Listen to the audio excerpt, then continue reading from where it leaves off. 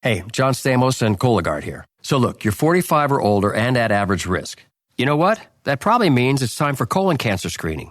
Look, it doesn't start at 55 or 50 or even 46. If you're 45, you've got to prioritize getting screened because if it's found early, it's highly treatable. So get going. See if Cologuard is the right test for you. How many more New Yorkers are not charged? Do you believe in the First Amendment?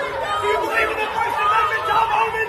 How many more New Yorkers are not charged? So that audio, if you couldn't make it out, was my friend. He really is my friend. He's my good friend. I love this guy, Tom Homan. Way back when Mayor Mamdani, Tom Homan was just eating an apple up in Albany, and Mamdani, the mayor, loses his shizzle, starts spitting, literally spitting in Homan's face. You know what he was mad about that day? You're not going to believe it. He was mad that Mahmoud Khalil, the terrorist-sympathizing man on campus who destroyed Columbia and just about every college across this country, that guy, he was mad that we were going to deport him, and he was spitting in Tom Homan's face. I know you remember that, Tom, but to this day, I look back at that video and listen to that audio, and I commend you on maintaining your cool, but you knew back then what a horrible guy this mayor is. Oh, yeah. You know, look, I wasn't going to show him any attention because that's what he wanted. Matter of fact, I think he used that video to help raise money for his campaign, but I wasn't going to give him that 5 minutes of fame he was seeking. Besides, I was eating a Macintosh apple. I was in upstate New York. What better thing to do than eat a Macintosh apple up in upstate New York? So, you know, you can mess with my mind, but don't mess with my child. That's like I said, just don't mess with my child. Macintosh apples from upstate. I know you're from there. They are great. But I tell you, before we get to the TSA and the great job ICE is doing at the airports, I've been making this statement now for 4 or 5 days, Tom. A couple days ago, the mayor tweeted out that he was really excited about the WNBA's new contract. God bless the ladies. Good for them. Just so happens that Richard Williams, an 83-year-old war vet who survived cancer, survived war, was thrown on a New York City subway track and murdered. And the mayor has yet to say a word about Richard Williams. WNBA, even Sheridan Gorman. She may have been shot and murdered in Chicago, but she's from Yorktown, Mike Lawler's neighborhood, not far from New York City. We haven't heard a word, not a word from the mayor. A war hero murdered on his subway tracks. He has not said a word. How is that okay, Tom Homan? Well, if we arrest an out-of-control foreign national who's talking bad about the United States or committing crimes in this country, you'll hear about them right away. They'll walk up to you while you're eating an apple and scream and yell at you and spit at you, right? So it's all about, hiding the truth from American people. And you know what? I hope the American people are paying attention. I hope the people who voted for him in New York are paying attention. This is what you got. This is the type of leaders you have. And these leaders, they hate Trump more than they love their communities. They hate Trump more than they love their countries, or they would speak up and do the right thing. So, it's a continuation of the false narrative from the left about what a bad administration this is. So every time there's a tragedy that this administration is trying to prevent, they're going to ignore it. They don't want to bring any attention to it. I know, but you would think, Lakin Riley and Morin, the names, we had 3, I think, in the last 2 weeks between the war veteran here and Sheridan Gorman in Chicago. And let's not forget Stephanie Minter, Tom Homan in Virginia. I think we had 3 in less than 2 weeks. What's it going to take for the Democrats to come to the realization that illegals killing innocent Americans is not okay? No, it's not okay. And what have they done? What have they done about it? They shut down the Department of Homeland Security. That's what they've done. Look, I've been involved in negotiations up on the Hill. I've been up. They brought me up there. I explain what ICE does, what ICE doesn't do, and what Border Patrol does. Bottom line is they're not opening the government because they want changes in ICE operations. They want to shut ICE down. Now, they'll come out and say, many say they want to abolish ICE, but those who are negotiating say, we don't want to abolish ICE. You just want to transform it. Look, I'm in those meetings. They don't want to transform it. They want to end it.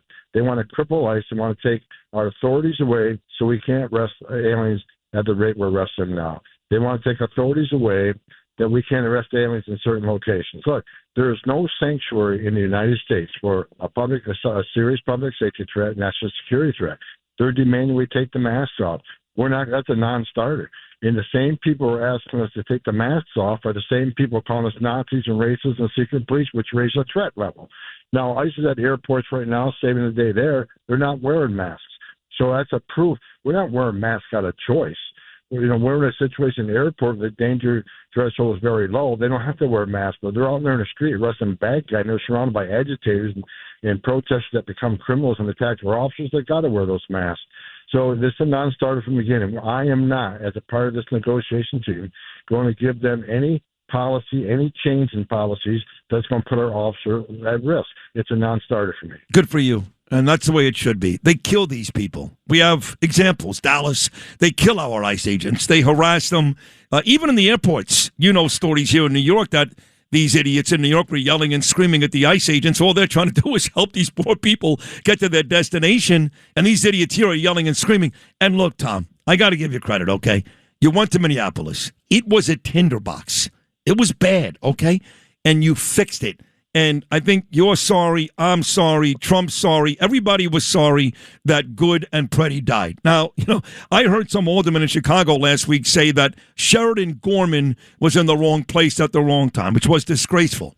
The truth is, Good and Preddy were in the wrong place at the wrong time. They didn't deserve to die, and you know that. And you went there and you fixed it.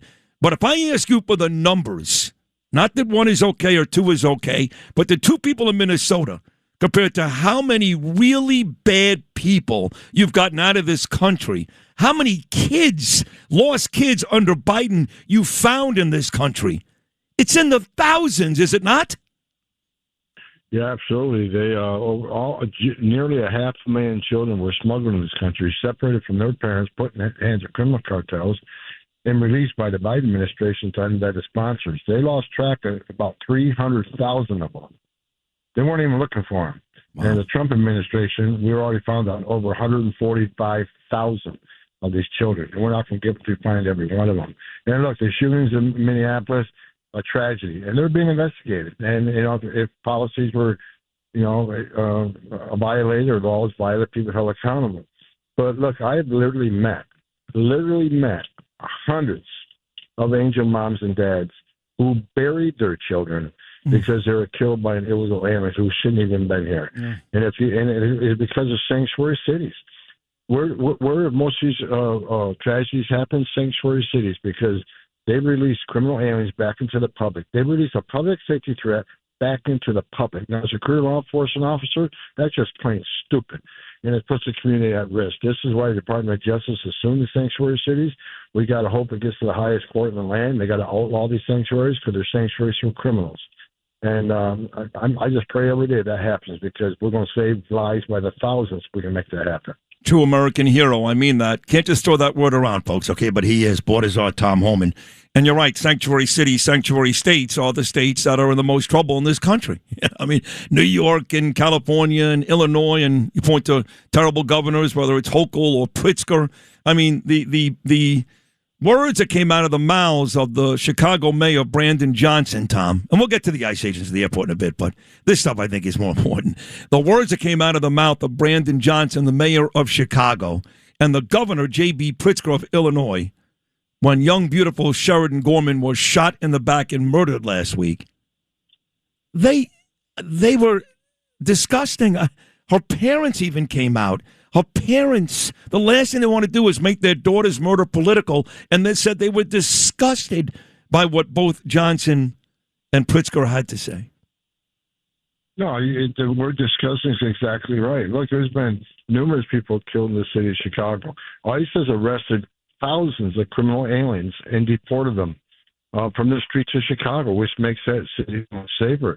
Do you think Brandon Johnson was standing at the No Kings protest and thank President Trump for making the city safe again? I want to remind him, why don't you go to a real No Kings celebration? That's on July 4th.